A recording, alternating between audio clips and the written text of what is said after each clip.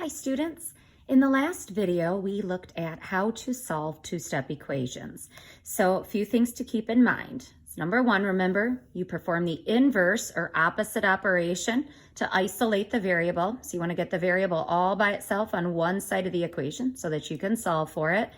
And number two, what you do to one side of the equation, you must do to the other in order to keep it balanced. So if you add 2 to one side of the equation, you have to add 2 to the other side of the equation.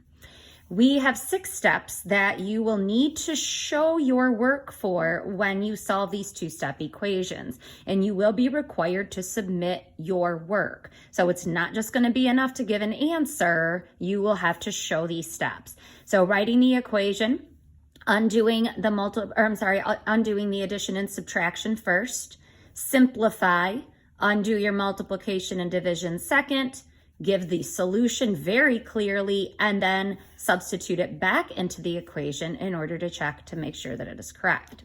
So in this video, we're just going to look at a couple examples of following this process. So if you go to the next page in your notes, we're just going to look at 3 practice problems. So the first thing I'm going to have you do on your paper is I'm going to have you write down this equation. 125 plus 3b is equal to 154 and 97 hundredths, or 0.97. So this is the first equation we're going to take a look at. Now, our ultimate goal is to solve for b. We need to know what b has to equal in order for this equation to be true. So once we have the equation written down, we need to kind of go in reverse order of operations. If you look here at the variable b, I can see that I'm doing 2 different things to it. I'm multiplying it by 3, and I'm adding 125 to it. So in order to get b by itself, in order to isolate it, I have to undo this multiplication by 3, and I have to undo this addition by 125. So I'm going to start by working in reverse order of operations. So we're going to actually undo this addition first. This is where that inverse operation comes in. So what is the opposite or inverse of adding 125? The opposite of addition is subtraction. So to undo this addition by 125, I need to subtract 125. The second part of the rule, remember, is what you do to one side, you have to do to the other side in order to keep it balanced. If you want to put up a wall at the equal sign here, you can. I know that's helpful for some people to say, okay, I'm taking 125 from the left side of the wall and 125 from the right side. So if that's something that helps you, then go ahead and do that. All right, so we're going to subtract 125, and just to keep it in aligned here with the decimals, if you want to go ahead and write 0.00 there. Okay, and then now we are going to simplify. So 125 minus 125, those cancel out as we want them to. So on the left side of the equation, we're going to be left with 3b equals, and then we're going to subtract this out. So 7 minus 0 is 7, 9 minus 0 is 9, bring down that decimal point.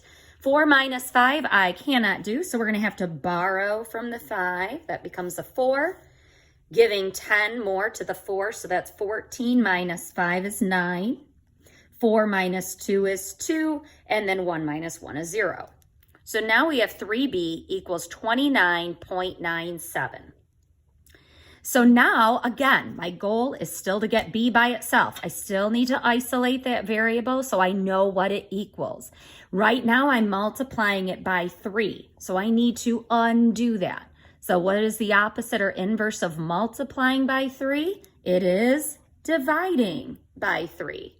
And again, what you do to one side of the equation, you've got to come over here and do to the other side of the equation, okay? So then simplify again. 3 divided by 3 cancels out. That equals 1, and 1 times any number is that number. So I have successfully isolated my variable right here. It's all by itself. Now let's see what it equals to. So you're going to take 29.97 divided by 3, and that is going to give you 9.99. So there is your solution. B equals 9.99. How do we know that this worked? How do we know that we solved this correctly? This is where you're going to take and substitute your solution back into the original equation to check it.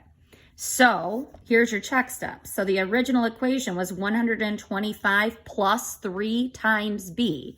So now instead of 3 times b, I'm going to substitute 9.99 in for b. So 3 times 9.99, and I want to check, does that equal 154.97? 154.97. Okay, so with your calculator, you can just take and work this out. So 125 plus 3 times 9.99, does it equal 154.97? And if it does, then you know that you have solved that equation correctly.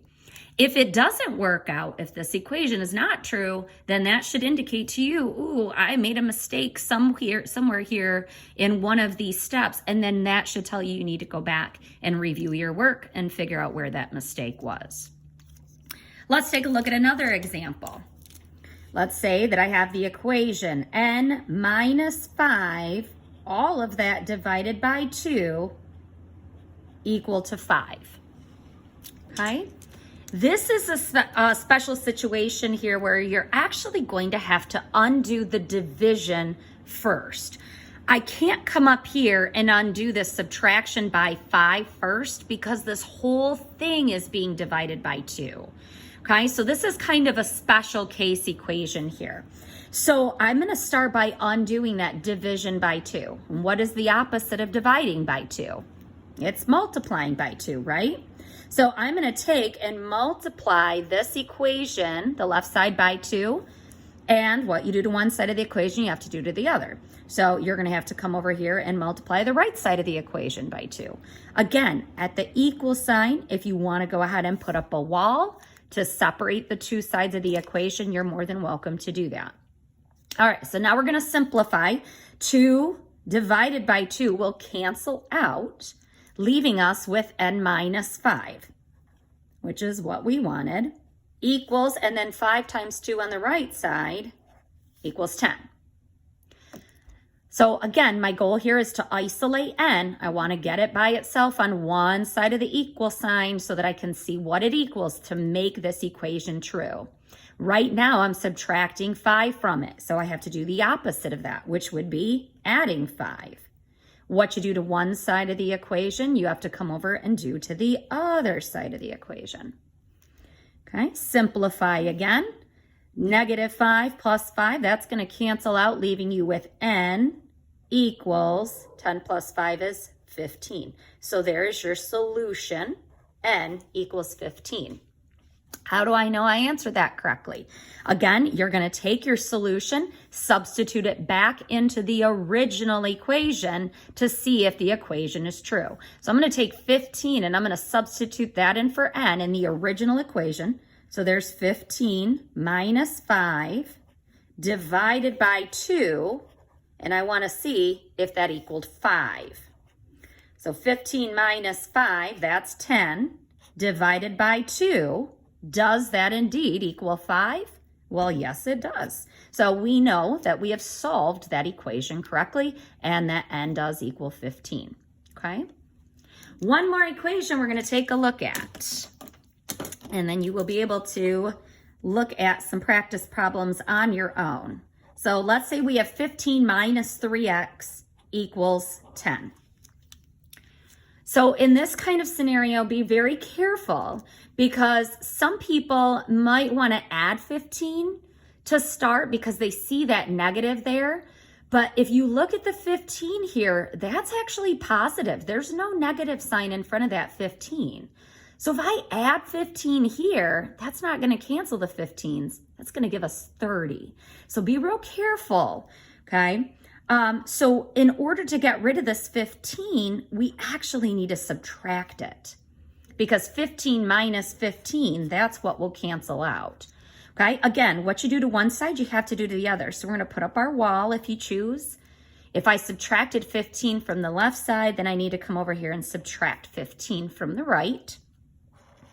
Okay, so we said the 15's canceled on the left. Be very careful. Look at what you have left here. It's not just 3x, it's negative 3x. So be very careful with that negative. Make sure that sticks with the 3x there. And then 10 minus 15 would be a negative 5. Okay, you're taking a bigger number from a smaller number. This is where those integer rules that we reviewed last week are going to come in handy.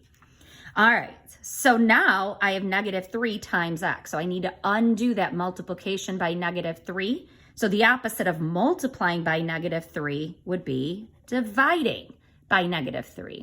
And what you do to one side, you have to do to the other side. So I'm going to divide the right side by negative 3 as well. Negative 3 divided by negative 3 will cancel, leaving us with x by itself, which is what we wanted. So we have isolated the variable. It's all by itself. And then negative 5 divided by negative 3, I can go ahead and simplify.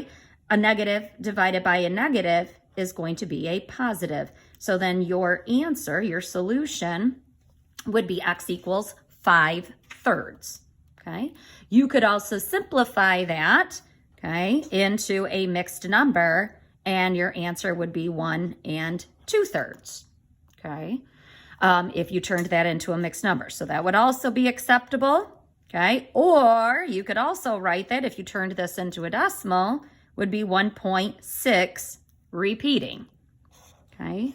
So there's different ways that you could give your final answer for that equation. Okay.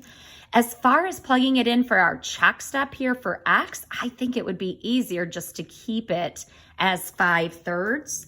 So when we substitute this into the original equation, we're going to go 15 minus 3x. And in place of x, we're going to go ahead and put in 5/3. So we're going to say 15 minus 3 times 5/3. And I want to see if that equals 10. So I'm going to go ahead and multiply this out. Now, here's why I said go ahead and keep it as 5/3, because what will happen is when you multiply 3 times 5/3, the 3's actually cancel. So then this becomes 15 minus 5, and then you can clearly see that that equals 10. So by keeping it as 5/3, it just makes it a little bit easier to substitute back in and check. All right, so this is the process that you guys are going to be following for the rest of your two-step equations throughout this whole unit. It is not going to be enough to just give the solution. We will be looking for all of these steps. Okay, notice how I have worked them vertically down my paper so that it's easier to show those inverse operation steps. Okay, so this is exactly what your paper should look like. This is what your problem should look like that you submit to us. And this is what we'll be expecting to see on your quizzes and tests as well. So make sure that you are practicing all 6 steps every time you solve these equations. Yes, it's a little more work. Yes, it's a little more time consuming, but you're going to be a lot more accurate by following these steps.